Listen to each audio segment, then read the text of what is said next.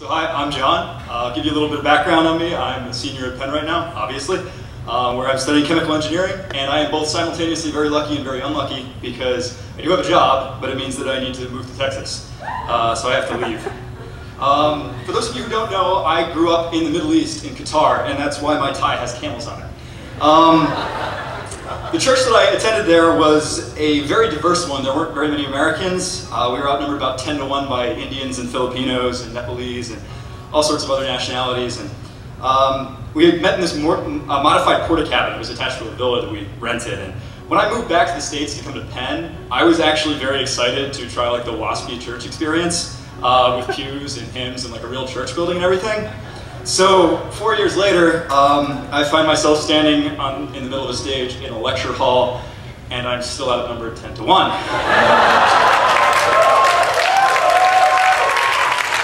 As they say, the more things change, the more they stay the same. So if I had to choose one word to say what I learned at GCC, it would have to be faithfulness. And over the past 4 years, I've really had the opportunity to meet some of the most incredible people that I've ever had the pleasure of meeting, and I've been privileged to see how they've used the great gifts that God has given them. I have met people who have great faith, who always seem to crop up when I didn't have any. And I've met people who had great gifts of love, most often when I realized that my heart was cold to the world around me.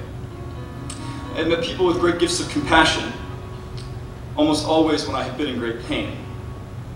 I've met people with hearts of forgiveness, when I found it so hard to forgive.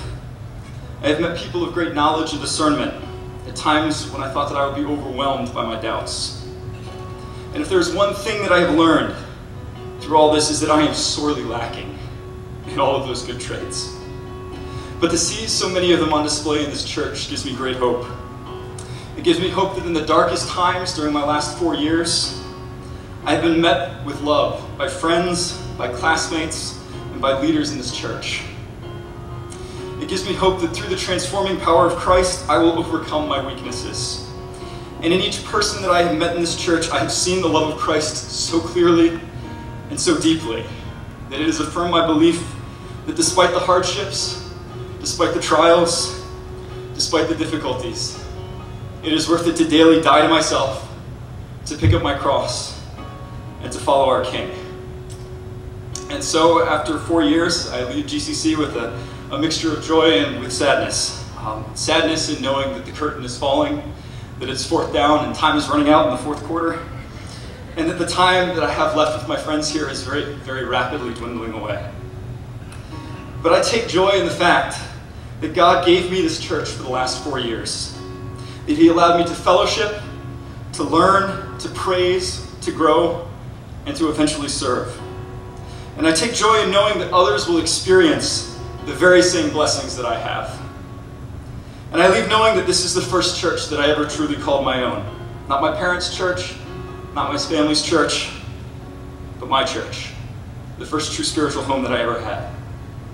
And I've seen over the last 4 years that God is truly faithful to what He says. That every single one of His good promises will be fulfilled. And I can attest to the words of the psalmist when he says, "The Lord is faithful in all of His words and kind in all of His works." Thank you to each and every one of you for showing God's love and God's faithfulness to me. When I'm 1,000 miles away next year, I will miss you all very deeply. Thanks.